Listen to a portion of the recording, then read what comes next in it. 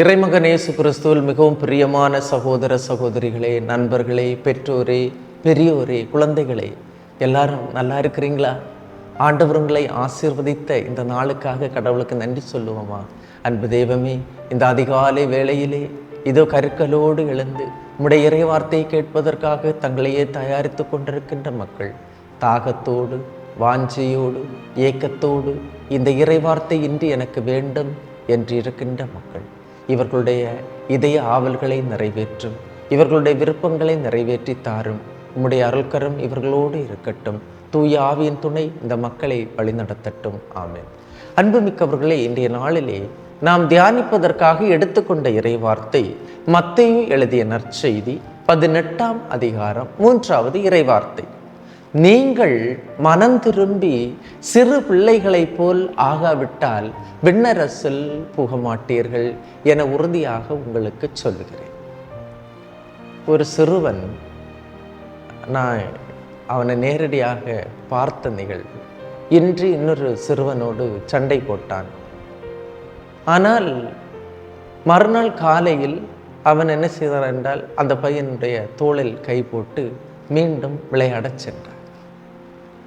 பாருங்க, அந்த சிறுவனிடமிருந்து ஒன்றை கற்றுக்கொண்டேன். என்னவென்றால், பகைமை, மனத்தாங்கல்கள் இருக்கக்கூடாது. அப்ப சிறுவர்களின் குணத்தை பற்றி தான் ஆண்டவர் இயேசுநாதர், அந்த குணங்கள் தான் விண்ணரசின் அடையாளங்கள், விண்ணரசின் குணங்கள் என்று சொல்லுகின்றார். என்னென்ன குணங்கள்?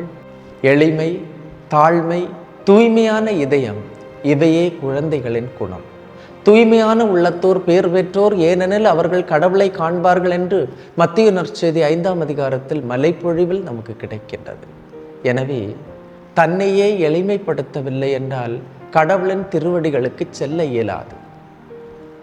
தன்னையே தூய்மையான உள்ளத்தோடு அணுகவில்லை என்றால் கடவுளையும் காண முடியாது.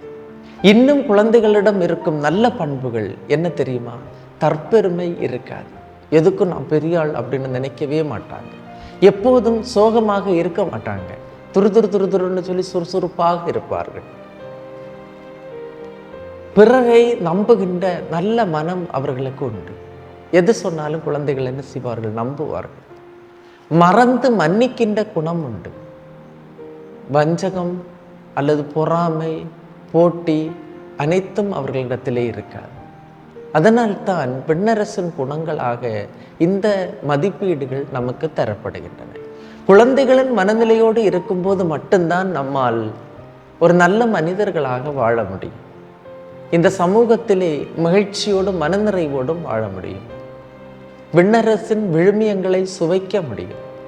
அவ்வாறு குழந்தைகளின் மனநிலை இல்லை என்றால் கண்டிப்பாக அகங்காரத்தோடு தான் வாழ்வோம், போட்டியோடு தான் வாழ்வோம், பொறாமையோடு தான் வாழ்வோம், கோபத்தோடு தான் வாழ்வோம். எனவே இவற்றுக்கு மாற்றாக குழந்தைகளின் கள்ளங்கபடமற்ற உள்ளத்தை நாம் கொண்டிருப்போமானால் ஆண்டவருடைய அருள்வரம் தொடர்ந்து நமக்கு கிடைக்கும். விண்ணரசில் நாம் கடவுளின் நல்ல மக்களாக, அவருடைய அருள்வரத்தை பெற்ற மக்களாக இருப்போம். எனவே இந்த இறை வார்த்தையை நாம் ஜெபிப்போம். சிறு பிள்ளைகளைப் போல நாம் மாறுவோம். அந்த சிறு பிள்ளைகளின் மனநிலையை கொண்டிருப்போம். மனம் திரும்பி கடவுளுக்கு ஏற்ற பிள்ளைகளாக வாழ்வோம். ஆண்டவர் நம்மை ஆசீர்வதிப்பார். எல்லாமல்ல இறைவன், தந்தை, மகன், தூய ஆவியார் உங்களையும் உங்கள் குடும்பத்தையும் நிறைவாய் ஆசீர்வதிப்பாராக. ஆமேன். இயேசுவுக்கே புகழ், இயேசுவுக்கே நன்றி. மரியே வாழ்க.